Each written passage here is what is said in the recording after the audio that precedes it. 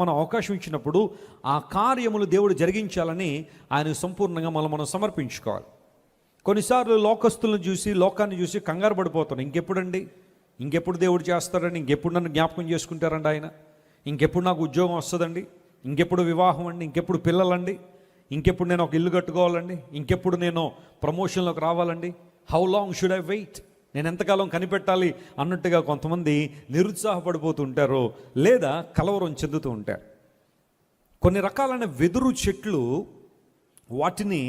వాటి ఎదుగుదలను కనుక మనం పరిశీలన చేస్తే, రైతులు వాటిని కొన్ని చోట్ల నాటిన తర్వాతట మొదటి 4 సంవత్సరాలు కూడా వాటిల్లో అసలు ఎదుగుదల అన్నట్టుగానే కనబడదట.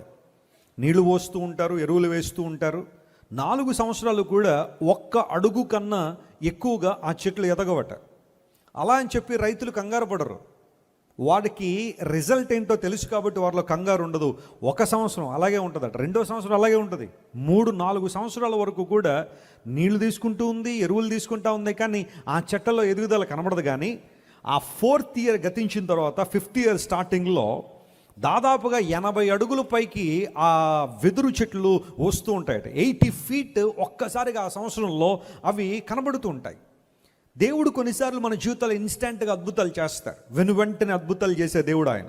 కొన్ని సందర్భాల్లో దేవుడు మనల్ని ఇంకా ఉన్నతమైన స్థితికి తీసుకెళ్ళడానికి, లేదా మన నుండి ఇంకా ఉన్నతమైన అనుభవాల్లో మనం ఎదగడానికి దేవుడు మనల్ని పరీక్షిస్తుంటాడు. ఈ పరీక్షించే సమయం కూడా, కనిపెట్టే సమయం కూడా మన జీవితాల ఆశీర్వాదమే. హల్లెలూయా. ఇది నష్టపోవడం అయితే కాదు. లోకంలో చాలామంది వ్యర్థమైన వాటి కోసం కనిపెట్టే వాళ్ళు అలసిపోతున్నారేమో, కానీ దేవుని బిడ్డలుగా మనం కనిపెట్టేది ప్రభువు మీద గనుక, యెహోవా కొరకు, ఆయన కృప కొరకు కనిపెట్టుకునే వారి మీద దేవుని దృష్టి నిలిచి ఉందనే మాట అక్కడ స్పష్టంగా మనం చూస్తున్నాం.